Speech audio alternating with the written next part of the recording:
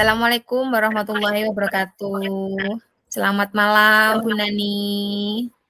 Waalaikumsalam warahmatullahi wabarakatuh, Bu Irna. Selamat malam juga. Bagaimana kabarnya, Bu, hari ini?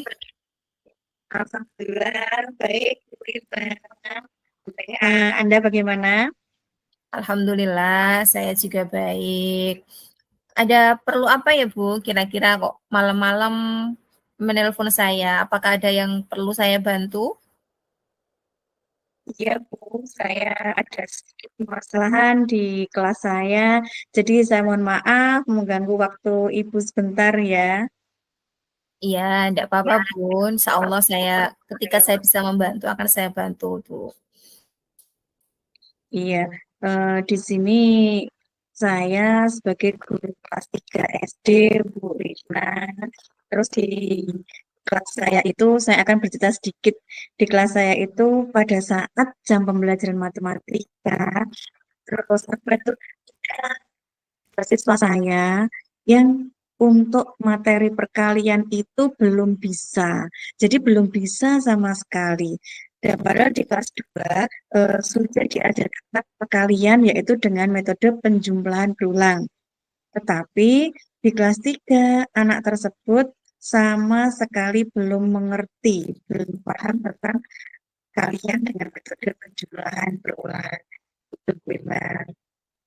Oke, baik. Berarti masalah kita yang akan kita bahas yaitu tentang bagaimana cara mengatasi siswa ibu yang kesulitan dalam proses pembelajaran perkalian dengan menggunakan metode yang berulang. Tadi gitu, nggih.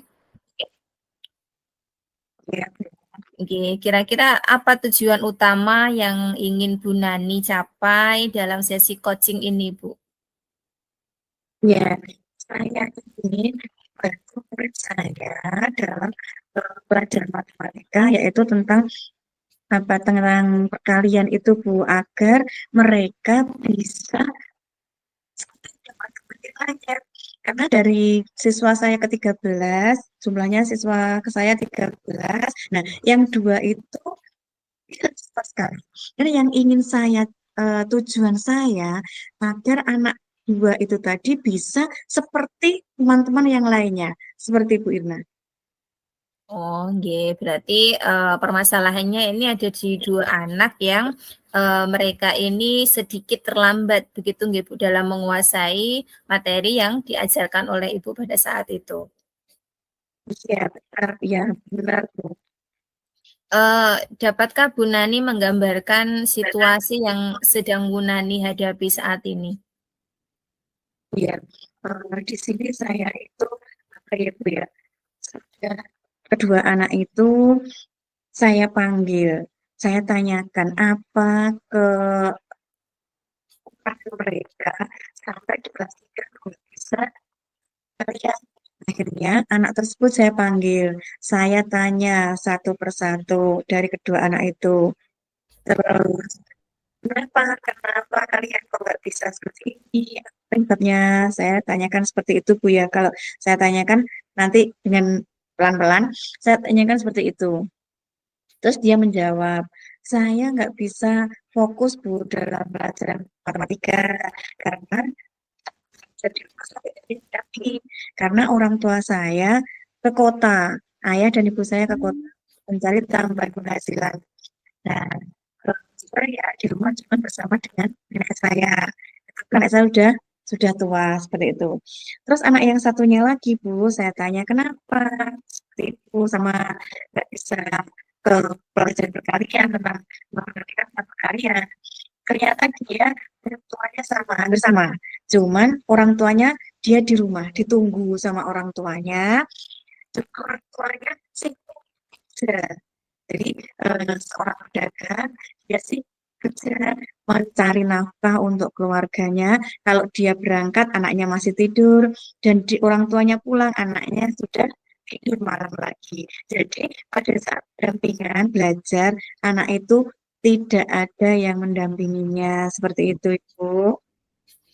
Oke, berarti permasalahannya di sini adalah dari kedua anak ini mereka kesulitan dalam proses belajarnya karena orang tuanya tadi ya Bu ya, yang satu merantau tinggal sama neneknya dan yang satunya lagi walaupun orang tuanya ada di rumah tapi mereka sibuk dengan pekerjaannya yang tadi apa nggih sebagai pedagang ngoten nggih. Iya Bu ya. Ya. Oke, terus apa saja Bu tantangan yang Ibu temui dalam napa nggih dalam hal ini? Iya, tantangan yang tantangan bagi saya yaitu saya itu harus mengajari kedua anak itu tadi. Sebelumnya saya sudah konfirmasi dengan orang tuanya ya Bu ya. Setelah anak itu bercerita kepada saya konfirmasi kepada orang tuanya apakah benar yang diceritakan anaknya itu tadi. Ternyata saya konfirmasi kok saya iya, memang seperti itu. Terus tantangan yang saya hadapi yaitu saya harus bisa mengajarkan anak itu bisa lihat dan memahami bagaimana caranya. Itu yang membuat saya menjadi tantangan tersendiri bagi saya agar anak tersebut bisa paham tentang materi pekerjaan seperti itu. Oke, baik. Lalu langkah-langkah apa yang akan Ibu Nani ambil untuk mencapai tujuan itu, Bu? Iya, langkah awal yang saya lakukan seperti ini ya Bu ya. Langkah awal yaitu saya berikan jam tambahan pada anak tersebut pada saat setelah selesai pulang sekolah, terus saya berikan les kayak les itu dulu. Tapi setelah pulang sekolah 1 jam setelah pulang sekolah, saya berikan tambahan pelajaran yaitu materi tentang harian. Jadi saya memberikan pengertian pada kedua anak tersebut caranya bagaimana saya ajari dengan telaten dengan sabar agar mereka ngerti mereka tahu karena kalau saya sarankan untuk les di luar sekolah otomatis ada biaya tersendiri sedangkan kondisi ekonomi kedua bawah di bawah standar seperti itu. Jadi anak tersebut saya ajari setelah pulang sekolah 1 jam dengan memberikan kayak uh, kayak metode yang berbeda dengan yang lainnya, kayak kartu-kartu angka yang berwarna, yang menarik buat mereka. Terus kita menghitungnya dengan stick es krim, menghitungnya dengan manik-manik, atau yang mereka miliki yang ada di rumah. Jadi kita belajar bersama yang membuat mereka anak menjadi nyaman dan tertarik dengan apa yang kita ajarkan. Seperti itu. Berarti dengan menggunakan metode yang lebih napa nggih memicu semangat mereka dengan proses bermain tapi mereka di situ dengan proses belajar ngoten nggih Bu nggih. Iya, jadi belajar sambil bermain dan itu Bermain. pun anak bisa fokus. Oh nggih. Terus kapan Bu Nani akan memulai setiap langkah-langkah yang sudah Ibu napa nggih sudah Ibu inginkan tadi ngoten?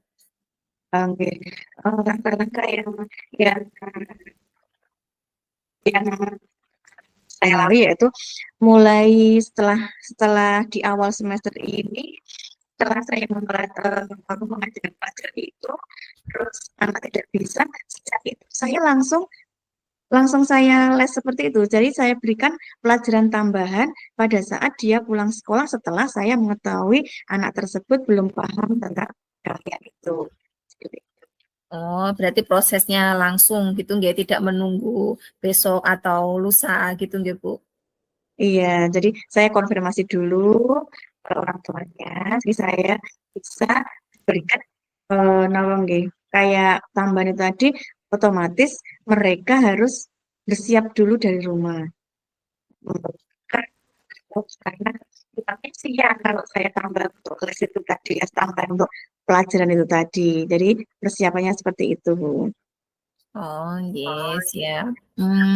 Kira-kira siapa saja, Bu, yang dapat membantu Bu Nani dalam melaksanakan rencana-rencana Ibu tadi? Oke. Dalam melaksanakan rencana tersebut, saya mengajak rekan sejawat saya, rekan sekolah saya di kelas, yaitu di sekolah, yaitu ada teman saya yang bisa membantu saya untuk mendampingi anak tersebut, Bu. Jadi saya tidak sendiri, saya meminta bantuan rekan saya untuk mendampingi salah satu anak.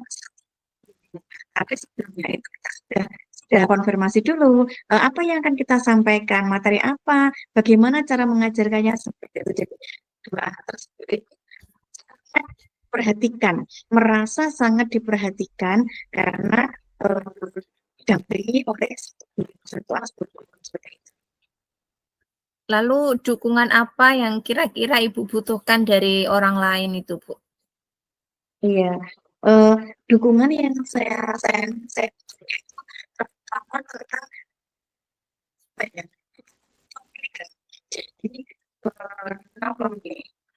Kayak kolaborasi dengan orang tua itu, dukungan dari orang tua sepenuhnya itu yang saya butuhkan. Karena kita sebagai pendidik pada saat jam di sekolah cuma beberapa jam saja. Anak lebih banyak menghabiskan waktunya di rumah. Jadi saya berkolaborasi dengan orang tuanya bahwa nanti setelah di rumah kita pun harus memberikan dampingan terhadap anaknya pada saat mereka belajar di rumah. Seperti itu, Bu. Oh, oke. Nah, dari awal tadi Bu, Ibu sudah cerita tentang permasalahan yang sudah Ibu hadapi, terus Ibu juga sudah menemukan solusi-solusinya, terus Ibu juga sudah tahu kira-kira nanti berkolaborasi dengan orang tua dan mungkin juga rekan-rekan yang ada di sekolah Ibu, seperti itu. Sekarang kira-kira apa yang Ibu rasakan setelah Ibu bercerita dengan saya tentang permasalahan yang sudah Ibu hadapi?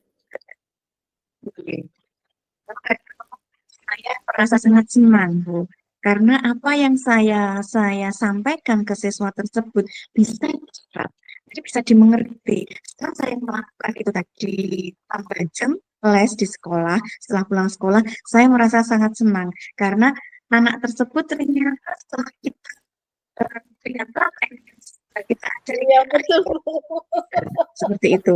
Jadi anak tersebut bisa Iya, bisa mengikuti dan bisa mengerti benar. apa yang saya Gara-gara petir jelaskan. tadi siang enggak Saya hujan, enggak apa padahal panas, tapi petirnya dia langsung kaget saya. Loh, ya Allah, anak apa iki kok? seperti Ternyata teman-teman saya yang lupa lainnya kemarin pada bisa saya tentang Zoom. perkalian. Itu yang membuat saya merasa senang dan Mungkin itu bangga yang pengaruh itu. terhadap Kok apa yang saya ibu berikan tenggelam, kepada tenggelam. mereka. Mungkinnya saya pakai Tetris HP Baik, tetap berarti sampai upaya-upaya yang sudah Ibu lakukan nyangnya itu di sini. membuahkan hasil begitu ya Bu ya intinya. Iya, iya. Ya, mungkin Oke, itu baik Bu. permasalahan yang saya hadapi, Bu. Tapi saat ini saya sudah merasa senang bisa ngobrol dengan Ibu, kita bisa sharing seperti itu. Iya, sama-sama Ibu. Oh, alah. Semoga dengan adanya kita sharing hari ini itu bisa membuat Bu Nani lebih semangat lagi dalam mendidik Oh, anak-anak termasuk gitu kayak ya gitu Bu ya ya. semuanya Bu ya. Ya Allah, saya kira punya saya aja Bu. Iya, Baik, kira-kira ada yang ingin disampaikan lagi Bu Nani? PR sudah cukup, itu saja saya sudah bercerita Oh, alah. kepada Ibu Irma dan saya sudah merasa lega karena sudah dibantu kita itu permasalahan saya merasa senang sekali. Mohon maaf saya mengganggu Ibu waktu Ibu. Ya, enggak apa-apa Bu Nani. Kita sharing-sharing di sini, saling belajar gitu ya Bu Bu ya. Angga ini hilang ya suaranya. Oke, Iya, baik. Eh, Keluar Bu Kalau Angga sudah ini. tidak ada lagi yang ingin kita bahas, mungkin kita akhiri dulu percakapan kita pada malam hari ini, Bu Nani. ya Bu Irna, terima kasih. Sama-sama. Nggih, saya tutup nggih, Bu. Assalamualaikum warahmatullahi wabarakatuh. Waalaikumsalam warahmatullahi wabarakatuh, Bu Irna. Selamat malam. Ya, selamat malam, Bu Nani.